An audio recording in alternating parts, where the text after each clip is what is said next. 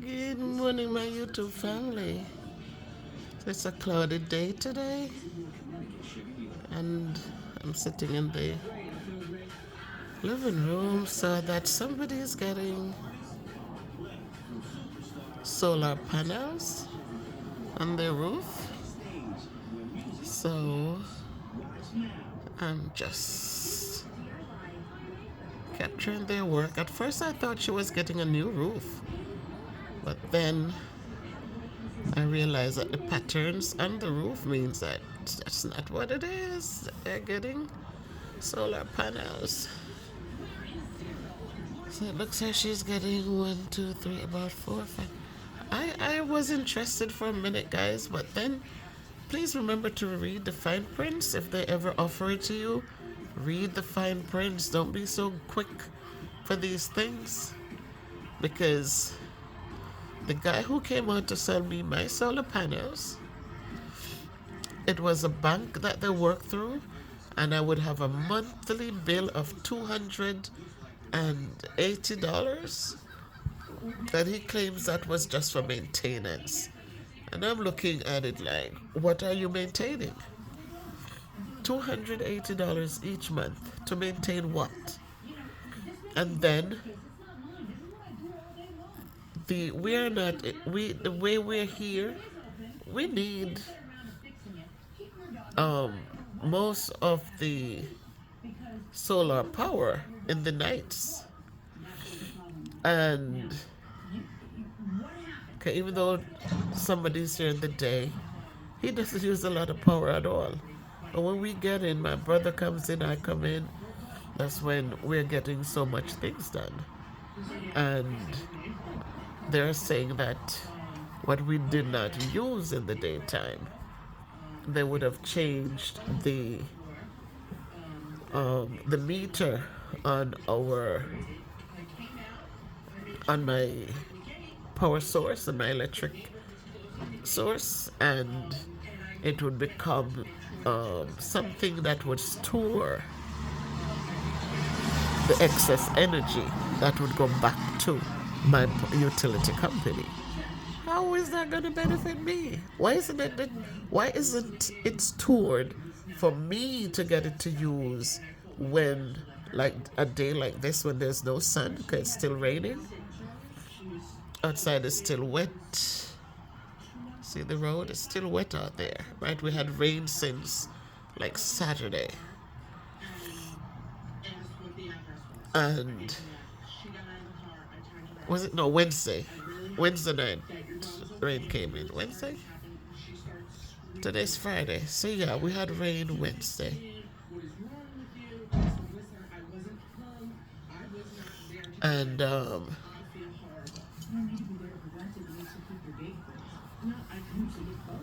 we had rain and we still have rain until now. It's wet outside.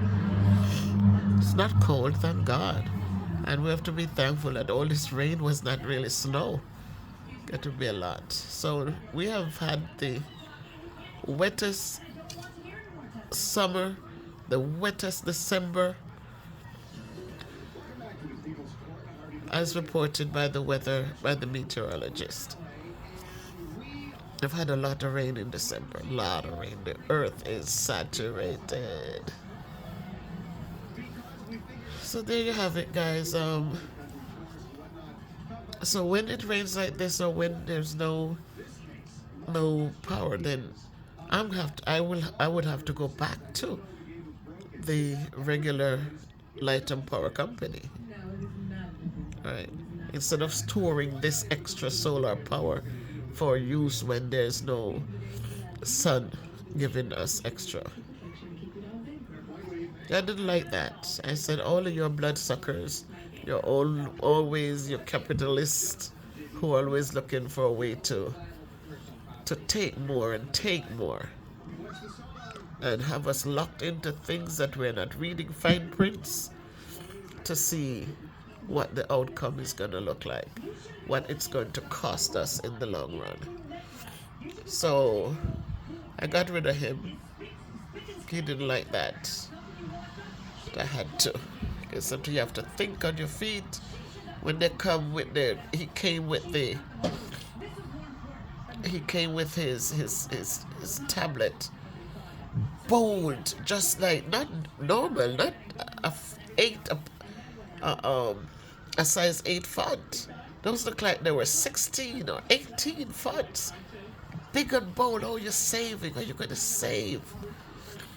I says, you're looking at my summer bill, right? My summer bill, I have central air. So in the summer, the light bill is really, really, really, really high because we're running the cooling system. So the summer bill cannot be compared to the winter bill, which is much less. But he was just looking at the summer bill and, oh, this is what your bill is, and they're going to raise it up again. So by next year and the next 2 years, you're going to be paying an extra $50 or more. And all that you'll be paying us is just think of all the savings you're going to make. And I said to him, no, thank you. So when I see every white person house with solar panel on it, then I'll think about putting panels on my roof. Because if there was savings in it, believe me, you wouldn't be here talking to me. You would have been out there making sure every one of their homes had solar panels. You wouldn't be here. We would have been the last ones you would have come to. Because that's how they work. We only get to fill in the slot when nobody else wants the service. So I'm just capturing my... And this is public, guys. This is not private. It's public because they're out there on the roof. So I just saw them and thought it was interesting. So it looks like she's getting 1, 2. Looks like 3 panels, or is that... It looks like 3 pieces of panel. That long one and then the 2 short ones.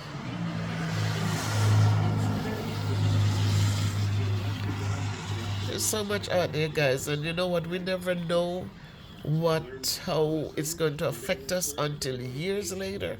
A lot of times things cannot be reversed, and so sometimes we just stick to the evil we know and keep going. Just stick to the evil we know and just keep going, because people are trying different things and not knowing what the outcome will be, and then all of a sudden you're hearing all sort of things. Remember when asbestos was necessary for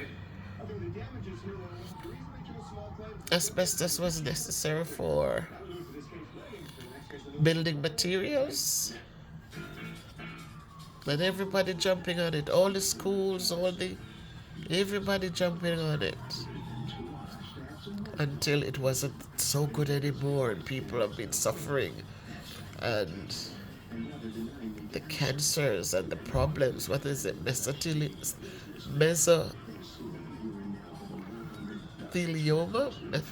I forgot the name. Mesothelioma. Yeah, but that oma, it's a tumor. It has to do with the cancerous things.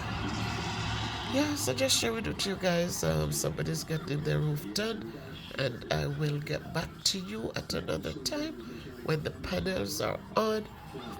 And oh, look at that bird. Yeah, it's a blackbird. Blackbirds do not go south in the winter. Seems like we see them hanging around sometimes in the backyard. A whole host of them come down to find food. So make it a great day by choice, guys. If you decide to put solar panels on your roof, think of it. Make sure you read your fine prints. Make sure you ask all the good questions.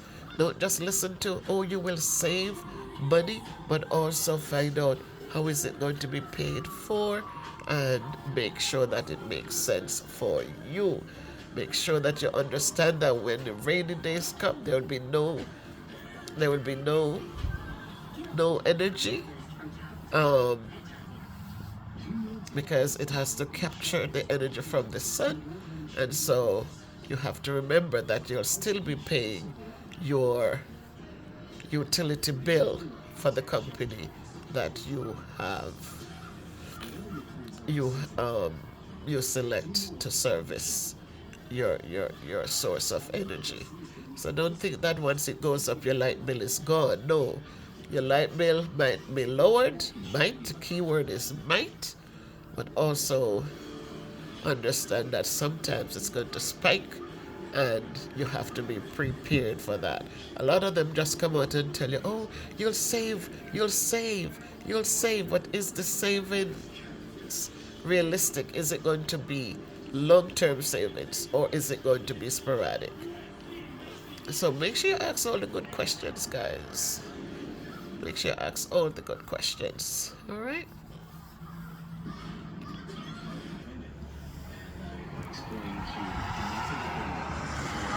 So it's still raining. Yeah, they're just walking by in their raincoat in a plastic bag. So I am waiting to see if they start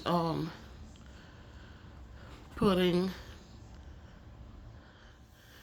if they will start putting the panels up. So I'm waiting to see if this. So once they start putting them up, I want to just show you again. But while I'm waiting, guys, let me just talk to us a little bit about about trauma. A lot of people will look at you and they feel like, oh, she doesn't look traumatic at all. It doesn't look like, she looks good, she looks happy, she looks this way, she looks that way. That's not how trauma works, guys. Trauma doesn't mean there are many people walking around who have experienced trauma or are still experiencing trauma. It doesn't mean that because something bad happens that frightened them means that now all of a sudden they have to give up their life and they have to look a certain way and look like they're crazy, like they've lost their minds. It's not so at all. Just understand that trauma is not so. Trauma means that you're afraid to face the place the trauma happened to you. But it doesn't mean that your life ended and you need to stop laughing and you need to stop living. You can't do that. Don't do that to yourself. Don't let people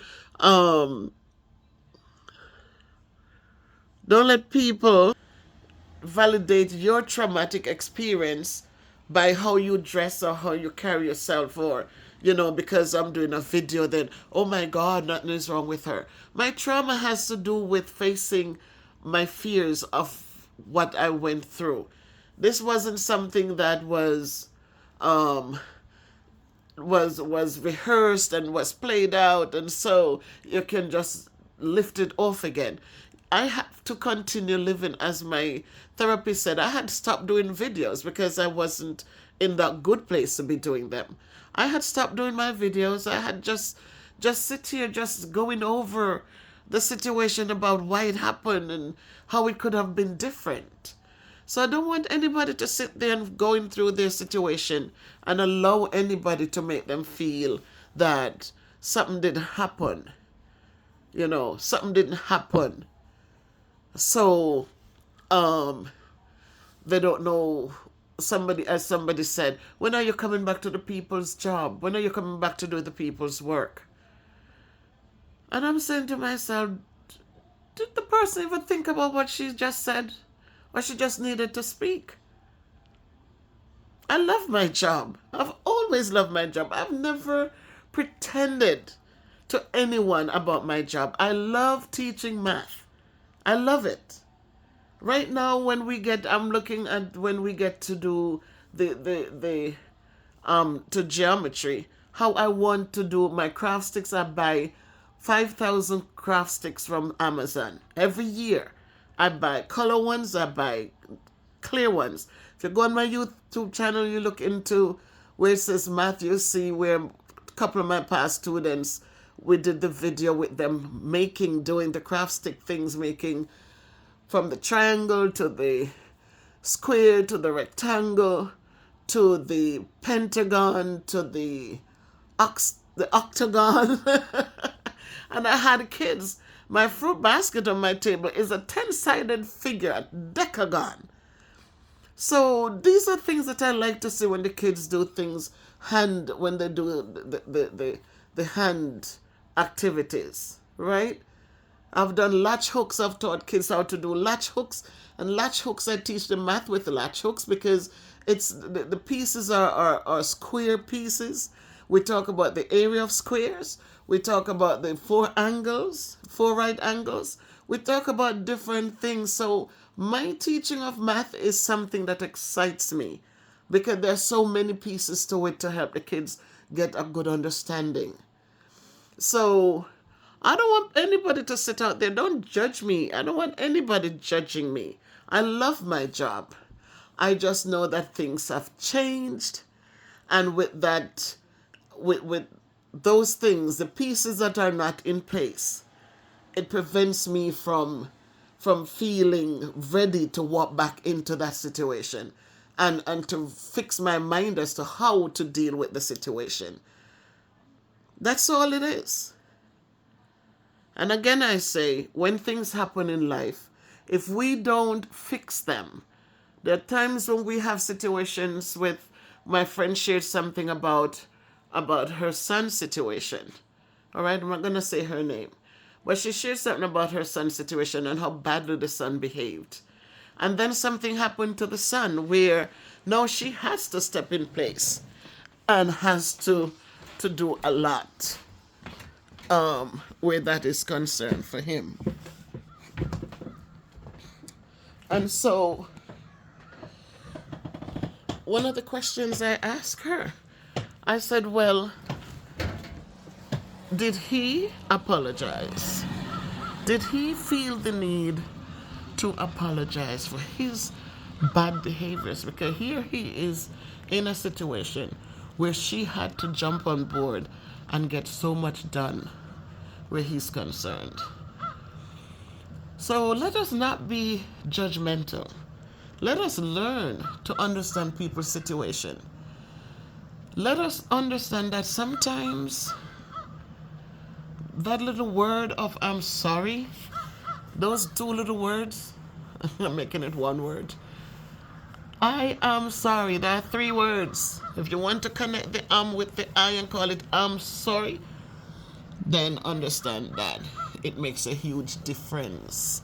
Because when certain words are spoken, it changes the bad feelings to a better feeling.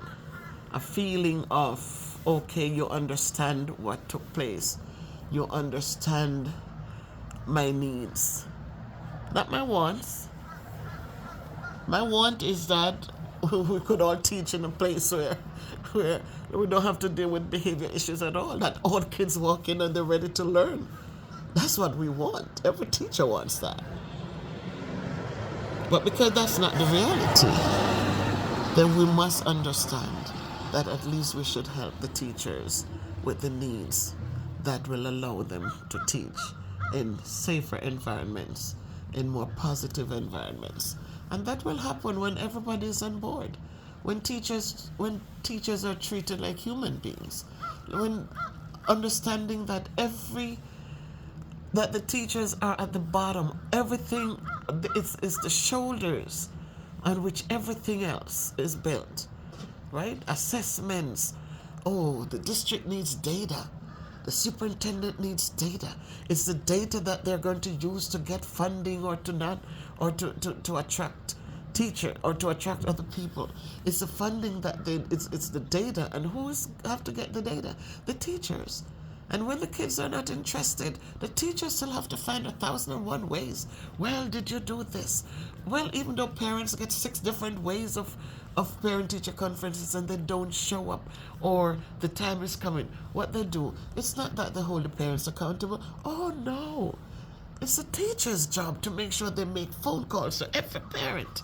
Even though you send 1,000 letters home and it's posted in the newsletters and it is all over.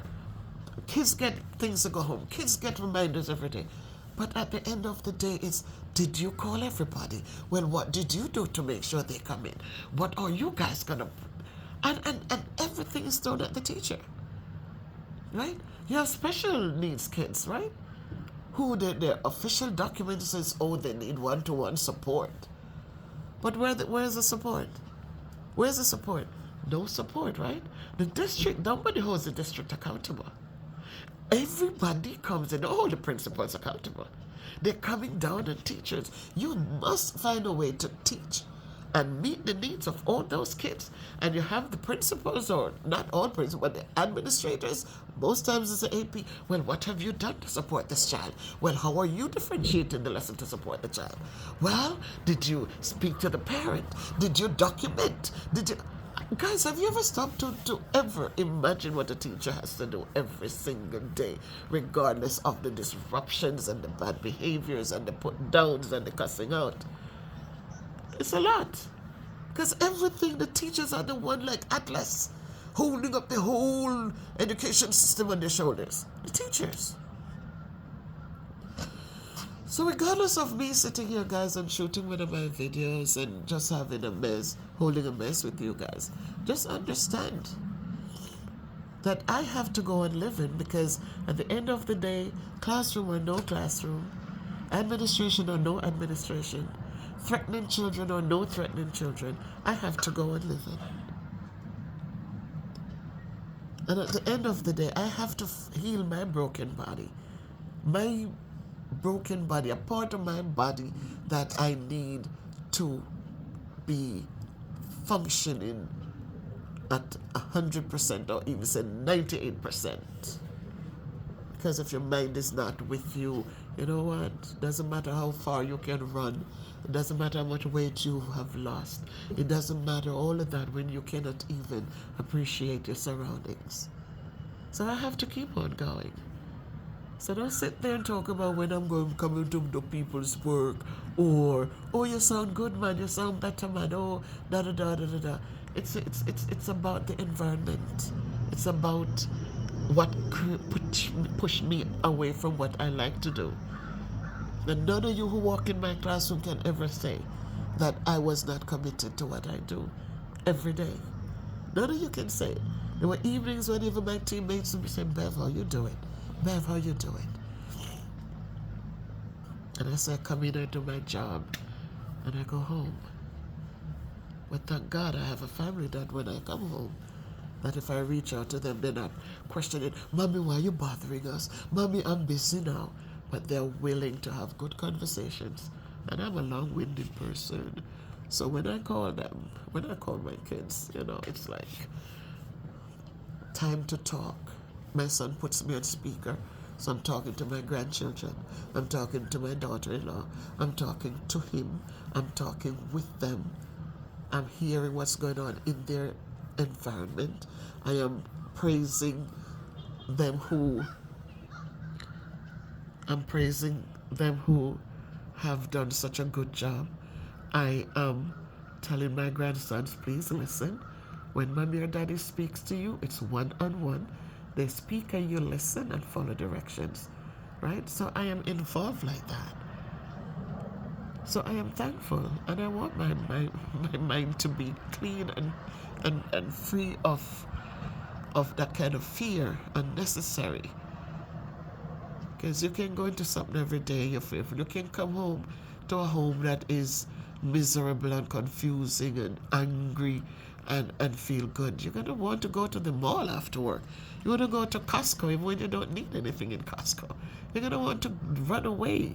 You want to spend as little time as possible in a space where you feel overwhelmed.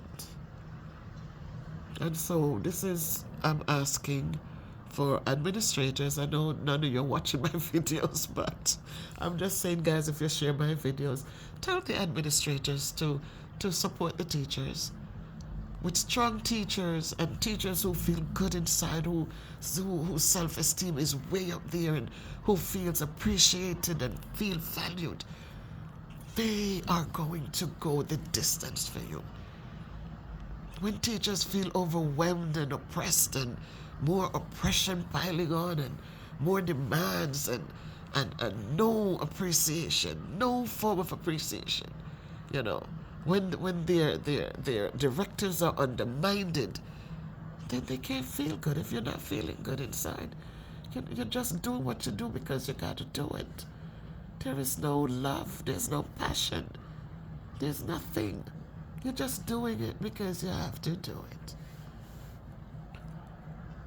So I see that they took their lunch and they're not ready to go back on that roof. But I think I'll do another video, guys, and show you what the end result looks like after they put those solar panels on. It's interesting that they're doing it on this kind of a day when it is so rainy, so gloomy.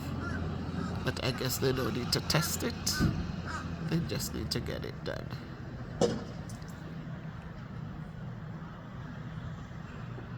So yes, my powerful people, please take care of your mental health, and you have that strong, powerful mind. Money is nothing if you don't have it, you're not in your right mind, so you can spend it correctly. Nothing is enjoyable if you're not in your right mind to enjoy it to the fullest. No relationship, no anything.